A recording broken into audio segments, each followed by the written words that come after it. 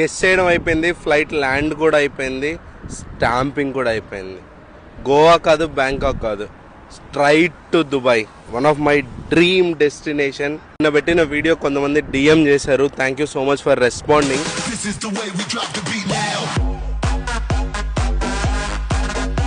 లైఫ్లో ఖచ్చితంగా విజిట్ చేయాలి అనే ప్లేసెస్లో దుబాయ్ ఉండే.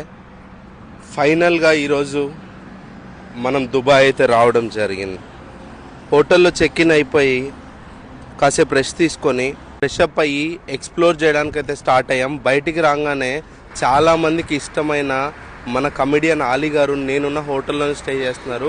సో ఆయనతో 2 minutes టైం స్పెండ్ చేసి బాయ్ చెప్పి అక్కడి నుంచి మనం అవుటింగ్ అయితే స్టార్ట్ అవ్వడం జరిగింది.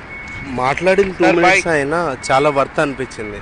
అలీ గారు రియల్గా చాలా అంటే చాలా హంబుల్ పర్సన్, చాలా అంటే చాలా పాజిటివ్ టాక్ మన కంపెనీ గురించి కూడా షేర్ చేసుకోవడం జరిగింది.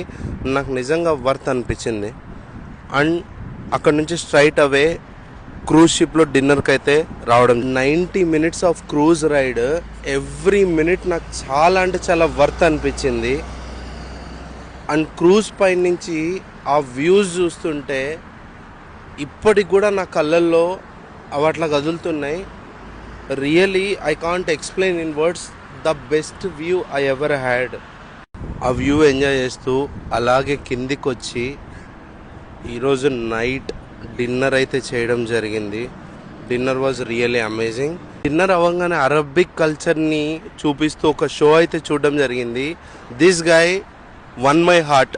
ఒకే ప్లేస్లో నిలబడి 20 minutes కంటిన్యూస్గా తిరగడం అనేది ఇలాంటి చూసినప్పుడే అనిపిస్తుంది ప్రాక్టీస్ మేక్స్ మ్యాన్ పర్ఫెక్ట్ అని. అక్కడ నుండి బ్యాక్ టు హోటల్. ఇక్కడితో మన Day 1 అయితే కంప్లీట్ అయింది. Stay tune, see you in next video.